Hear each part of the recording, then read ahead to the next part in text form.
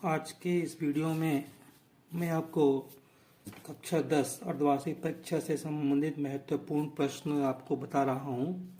इसमें से निश्चित रूप से आपको प्रश्न जरूर मिलेंगे। तो ये इम्पोर्टेंट प्रश्न है, जरा आप ध्यान से देखें। यहाँ पे ये इसका प्रश्न लिखा हुआ है कि इसके अनंत हल का प्रतिबंध ये रहा। इसमें तीनों अनुपात बराबर होते हैं। दो संख्याओं का योग 40 और अंतर 20 हो तो संख्या क्या होंगी? 30 और 10। देखो 30 और 10 का अंतर कितना होगा? 20 और योग कितना होगा? 40। फिर यहाँ पे बहुपद के शून्यकों का योग क्या होता है? -b/a होता है। फिर x वर्ग प्लस bx प्लस c बराबर 0 का विभक्तिकर शून्य होता है तो उसके मूल कैसे होते हैं? वास्तविक और समान होते हैं। जब मीनार की ऊंचाई और उसकी छाया की लंबाई बराबर होती है तो नयन कोण कितना होता है? 45 डिग्री का होता है। सभी वृत्त समरूप होते हैं। किसी वृत्त के बाहरी बिंदु से अधिकतम 2 स्पर्शरेखा खींच सकते हैं। ये बाहर एक बिंदु है, एक स्पर्शरेखा ये होगी और एक स्पर्शरेखा ये। बिंदु कहीं भी हो। अब ये अपने को नहीं करना है, हाँ शायद है आपको करने के लिए। तो शंकु का आयतन निकालने का सूत्र है 1/3 πr वर्ग h। ये आपको करना है ना। फिर दो संख्याओं का योग 25 और अंतर 7 हो तो देखो सबका योग कितना हो रहा है? 25, लेकिन अंतर इनसे 16 में सुनोगे तो 7, इसलिए ये सही है। के किस मान के लिए समीकरण निकाय के लिए कोई हल नहीं है तो k बराबर 6 रखेंगे तो हमको कोई भी हल नहीं मिलेगा। एक शंकु की तिर्यक ऊंचाई 13 सेंटीमीटर, त्रिज्या 5 सेंटीमीटर है तो इसकी ऊंचाई कितनी होगी? इसकी ऊंचाई 12 होगी।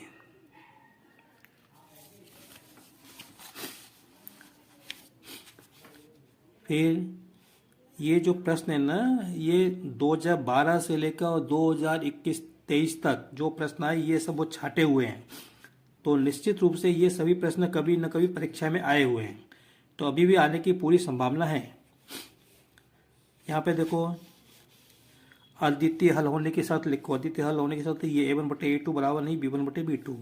द्विघात समीकरण का मानक रूप तो x वर्ग प्लस bx प्लस c बराबर 0 लिखें। साथ ही साथ a बराबर नहीं 0 ऐसा भी आप लिखें। फिर ये अपने को एक समांतर श्रेणी दी है। समांतर श्रेणी का 11वां पद कितना है? 22 है। तो आपको उत्तर भी याद होना चाहिए इसका, क्योंकि ये अपने को किताब में दिया हुआ है। अगला प्रश्न है शंकु की तिर्यक ऊंचाई ज्ञात करने का सूत्र। तो देखो ये नहीं होगा ना, तो ये वाला होगा l बराबर वर्गमूल में r² प्लस h², ये होगा। फिर 6 और 20 का HCF कितना होगा? तो 2 होगा। 12 और 15 का HCF कितना होगा? 3 होगा। फिर यहाँ पे ये अपने को बहुपद दिया है, इसके शून्यक अल्फा बीटा शून्यक है तो अल्फा प्लस बीटा का मान कितना होगा? -b/a होगा।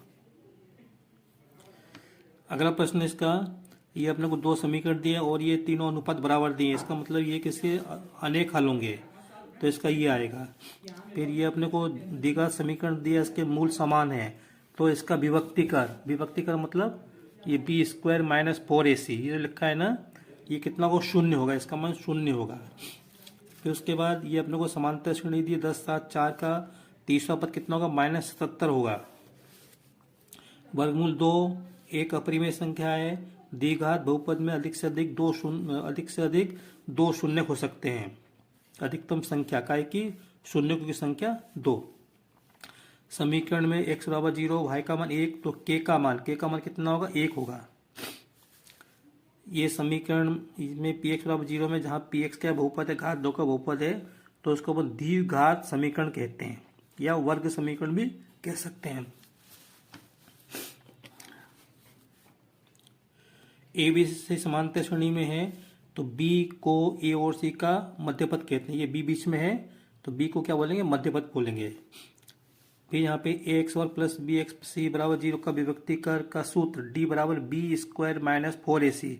यहाँ पे भी आपने देखा था अभी।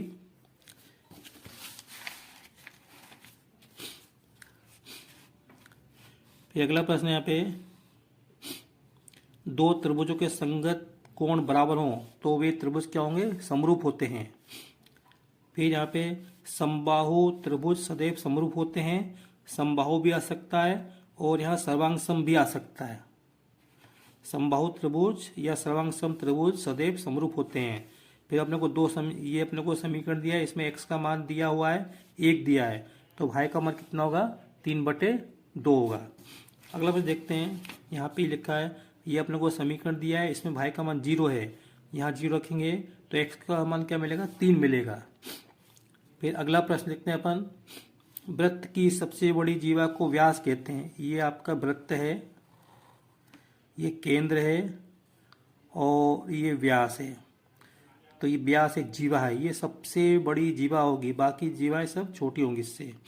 तो वृत्त की सबसे बड़ी जीवा को क्या कहते हैं, व्यास कहते हैं।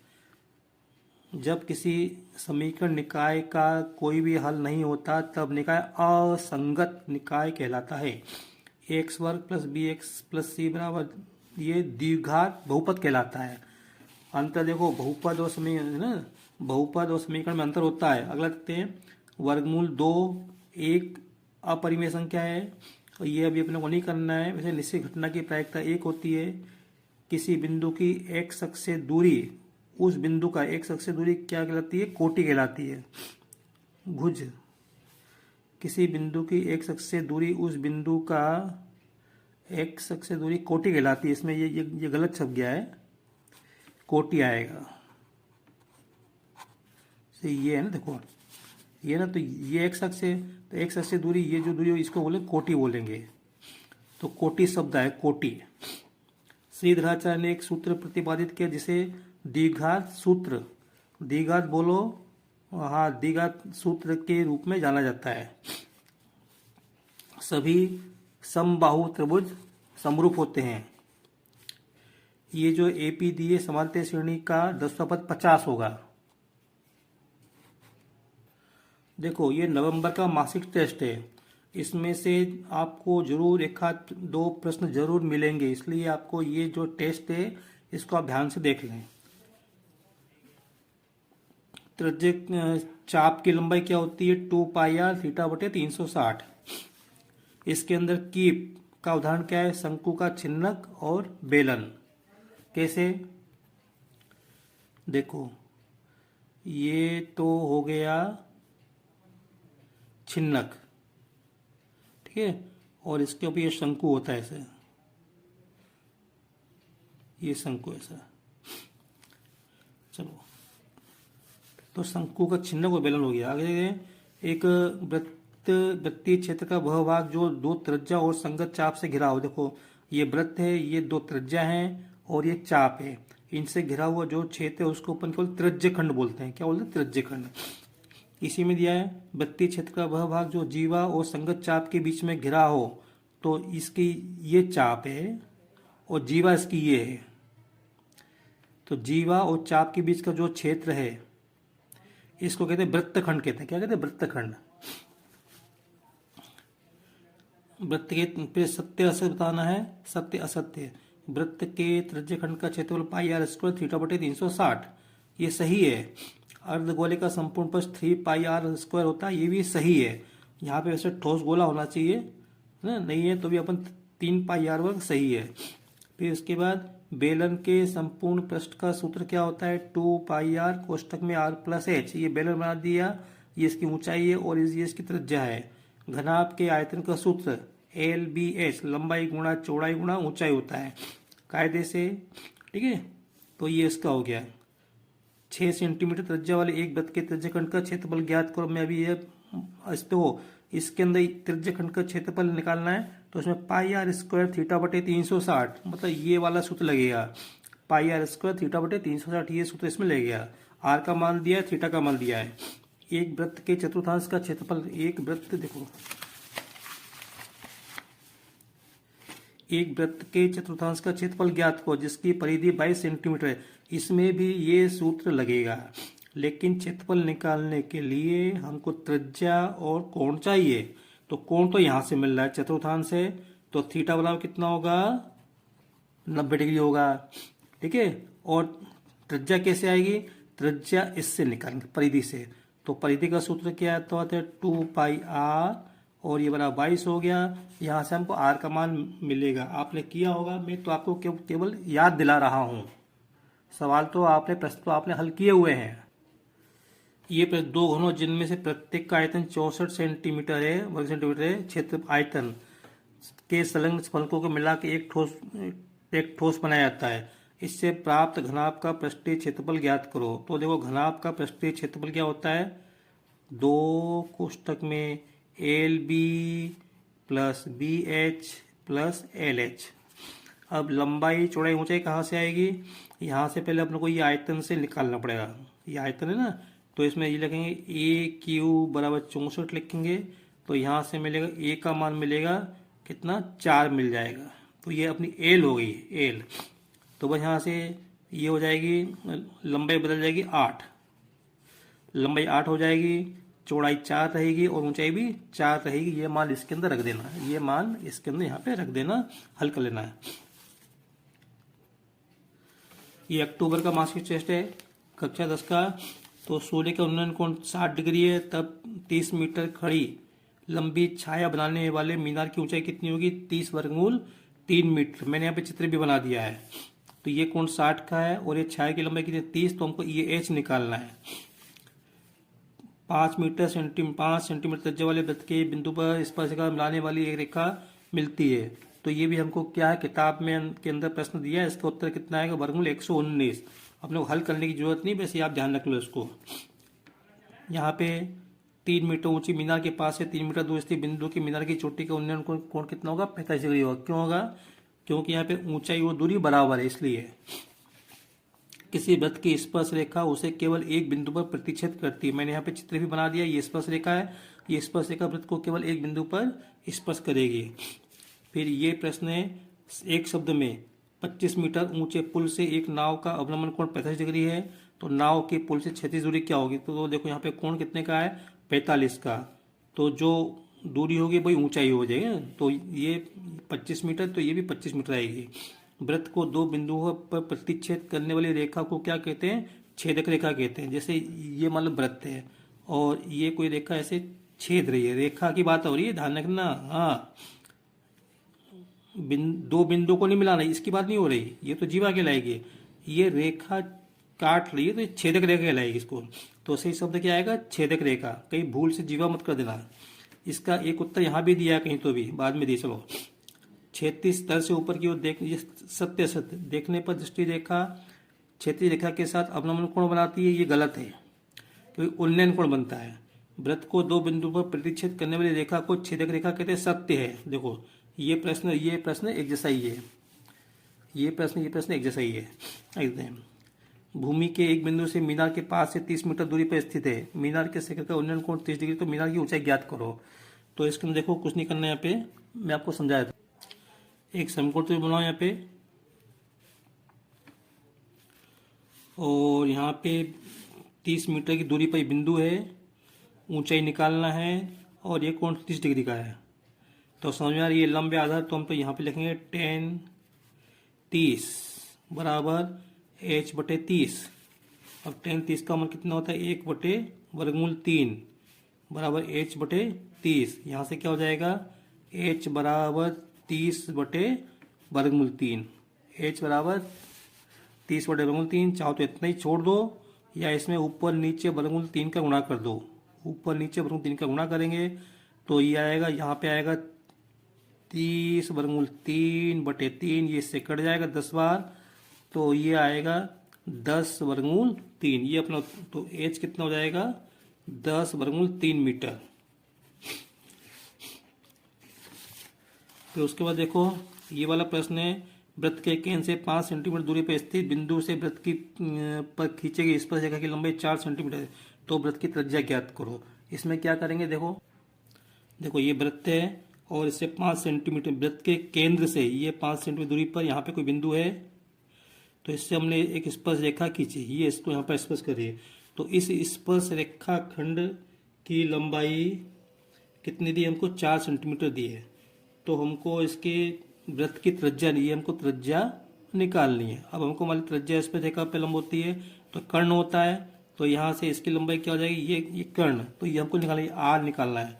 तो यहाँ से हो जाएगा आर वर्ग, ऐसे करो 5 का वर्ग बराबर 4 का वर्ग प्लस आर का वर्ग।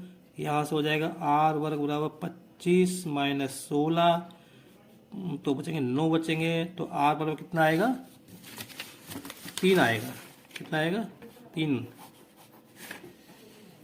3 सेंटीमीटर। फिर 7वां प्रश्न है। 7वें प्रश्न में ये ऐसे एक वृत्त है और ये इसका व्यास है, इसके सिरों पर खींची गई स्पर्श रेखा ये क्या है, समांतर होती है, ऐसा अपने को सिद्ध करना है। यहाँ पे बताया ना ये कोण 90 का, ये कोण 90 का है, तो ये एकांतर कोण है और बराबर है, इसलिए ये जो स्पर्श रेखा क्या होगी, समांतर होगी। बस इतने बताना है इसके अंदर। अब देखो ये क्या है, जुलाई का मासिक टेस्ट है, जुलाई का मासिक टेस्ट है। तो यहाँ पे ये क्या है, एक भाज्य संख्या है, भाज्य संख्या है इसका उत्तर। इसके शून्य क्या होंगे, इसके शून्य देखो दोनों माइनस के आएंगे, ये प्लस का है, ये प्लस माइनस है, माइनस तो ये नहीं सकता, तो ये हो जाएगा, क्योंकि अभी तीनों संख्या तीनों पद प्लस के हैं, तो इसका जो x का मान आएंगे माइनस के आएंगे दोनों, तो ये आ गया। रिक्त स्थानों की पूर्ति करो। द्विघात बहुपद में शून्य की अधिकतम संख्या कितनी होती है, 2 होती है। समीकरण में ये इतना है, तो ये प्रश्न अपन ने पीछे कर लिया है। समीकरण में ये इससे द्वारा निरूपित रेखाएं प्रतिच्छेदी होंगी क्या, सत्य ऐसे बताना है। तो अपन इनके अनुपातों की तुलना करेंगे। 2 और 4 का अनुपात कितना आएगा, 1/2। 3 और 6 का अनुपात कितना आएगा, 1/2। तो देखो ये दोनों अनुपात बराबर आ रहे हैं। तीसरा अनुपात देख लो, तीसरा अनुपात भी कितना आएगा, 1/2। तीनों अनुपात बराबर आ रहे हैं, इसके अनुसार ये रेखाएं संपाती होंगी, ठीक है, तो प्रतिच्छेदी नहीं होंगी, क्योंकि ये बराबर हैं। प्रतिच्छेदी के लिए क्या होना चाहिए, बराबर नहीं होना चाहिए। तो ये जो कथन क्या असत्य है, ये कथन असत्य है। जब d मतलब विभक्ति कर का मान 0 से बड़ा होता है तो वर्ग समीकरण के मूल वास्तविक होते हैं। हाँ, ये जो कथन सत्य है। एक शब्द में लिखो कि विभक्ति कर ज्ञात करने का सूत्र लिखो, तो मालूम b² - 4ac होता है। के अभाज्य गुणनखंड लिखो, तो ये कर लेना, क्या आएगा इसका, 5 आएगा। और देख लेना कुछ ऐसे कुछ तो भी आएगा, 5 तो आएगा करके देख लेना। फिर इसके अंदर सही जोड़ियाँ के शून्यों का गुणनफल क्या आएगा, c/a आएगा, ये रहा। वर्गमूल 2 अपरिमेय संख्या है। द्विघात समीकरण के मूल क्या आएंगे, +-1 आएंगे, प्लस माइनस ये आएगा, इसका संबंध इससे होगा। अब इसमें यदि x का मान 0 तो y का मान कितना होगा, -3/2। तो ये रहा -3/2, ये आ रहा है यहाँ पे, ठीक बच्चों।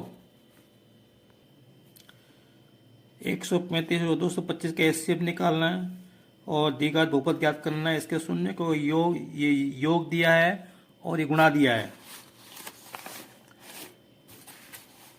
ये योग दिया है, गुणा दिया है। और ये जो 2 समीकरण दिए इनको विलोपन विधि से हल करो, तो इसको छोड़ देना, परीक्षा में इतना कठिन नहीं आएगा, ये नहीं आएगा कठिन इतना।